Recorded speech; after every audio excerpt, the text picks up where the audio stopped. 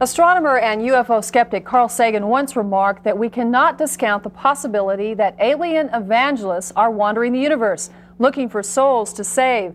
Sagan does not believe that aliens have visited Earth yet, but a lot of other people do. A confirmed contact with them would certainly change the way we all look at the world, and it might even affect our religious beliefs.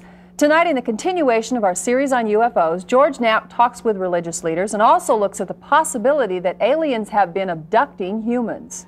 Tongues were certainly flapping when these strange Christmas lights first appeared as decorations at a Las Vegas home. The odd combination of a star and swastika raised the specter of Christmas Nazis or Noel skinheads. Paulette and George Ficou laugh at such interpretations. The symbol in the Christmas lights is the same one they wear around their necks.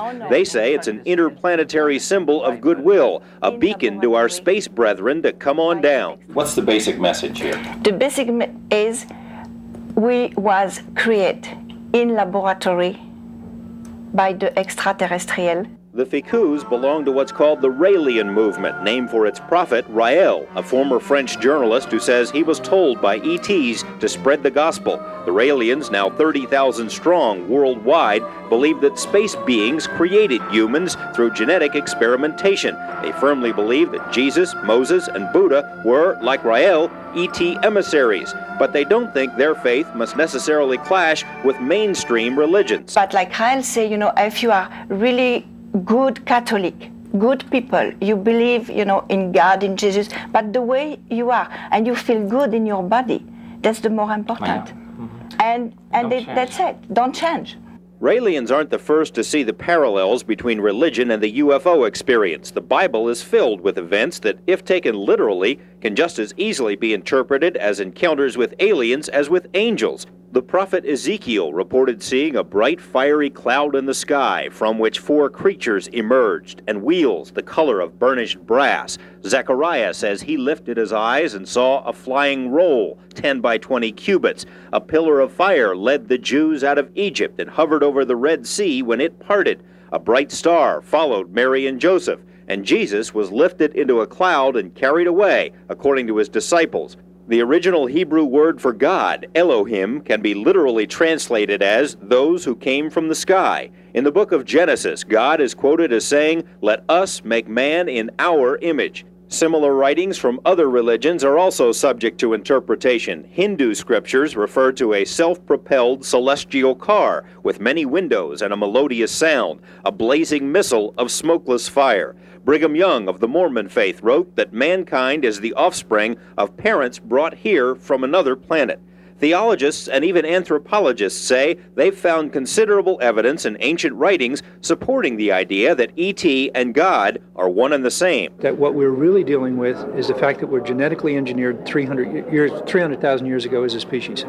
All the archaeological data that we have at this point points to it. Between 4,000 and 8,000 BC, we had just been going along and for hundreds of thousand years not doing anything.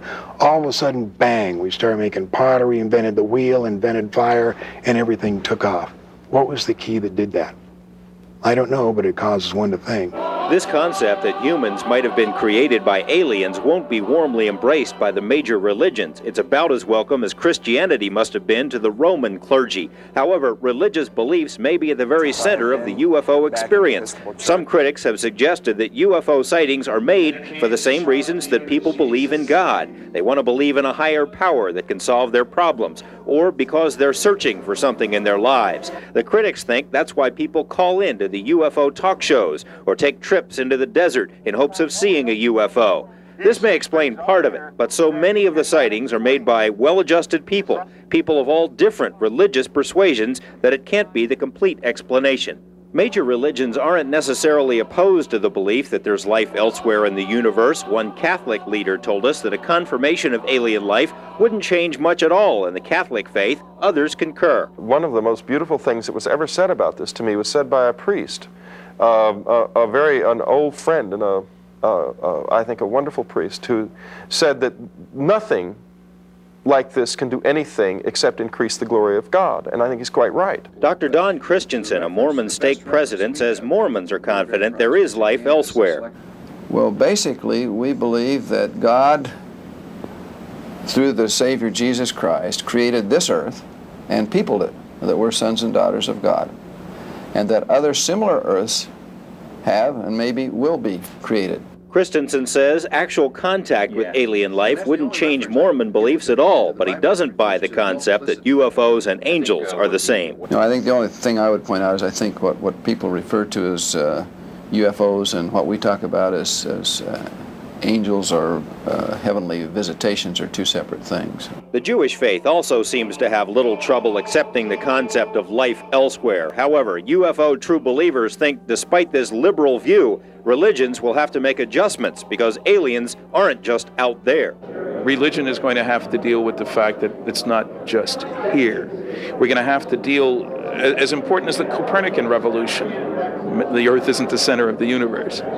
Now, man isn't the center. Some people have trouble with that. The radio astronomers think they're going to discover aliens and they're going to act as the middlemen to society, giving them all the secrets of the universe. That has nothing to do with dealing today with aliens being here now. One of the few religious doctrines that has difficulty with the alien concept is the fundamentalist Christian view. Many fundamentalists say UFOs are definitely real, but are satanic in origin.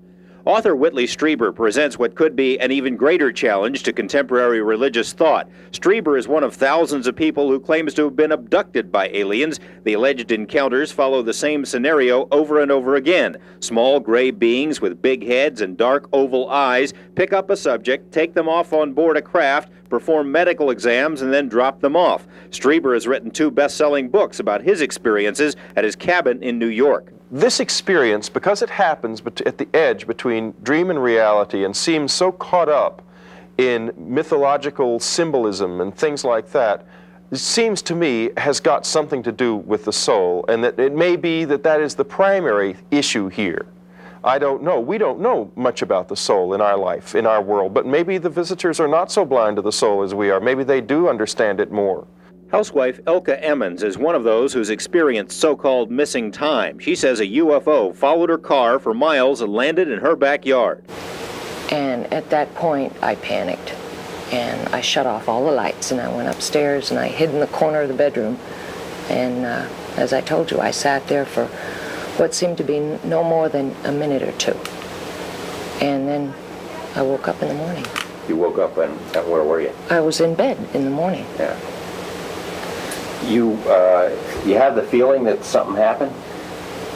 Or you don't like to think about it? I obviously lost the time because I don't know how I got in bed in the morning. Emmons fears undergoing hypnotic regression as a means of remembering what happened that night, but many other people have tried it. Their stories are remarkably similar. Psychologists say that's because the human mind will make things up to fill in the gaps. They also say UFOs are so common in the media that the alien hypothesis has been drilled into everyone's subconscious. Others think the abductions are really happening, and for disturbing reasons. We made a deal with them, and their ultimate, what they want to do is regenerate their own race. Now, apparently, they've either had some kind of nuclear accident, or they're on the backside of a evolutionary genetic curve, and they're going downhill instead of uphill. Lear thinks the aliens have been implanting abductees with strange little devices. As proof, he points to this odd item found by British doctors in the placental fluid of a pregnant woman. It looks to them like a microscopic computer chip. They wrote to an international science magazine asking if anyone could tell them what it was. 3 years later, they still have no explanation. This dark side of the UFO phenomenon has given rise to all sorts of conspiracy theories about why they're here and why they remain hidden. Tomorrow, in the conclusion of this series, we'll examine some of these ideas. George Knapp, Eyewitness News 8. Some people say that the UFO cover-up may have something to do with the assassination of John Kennedy. We will look at that tomorrow.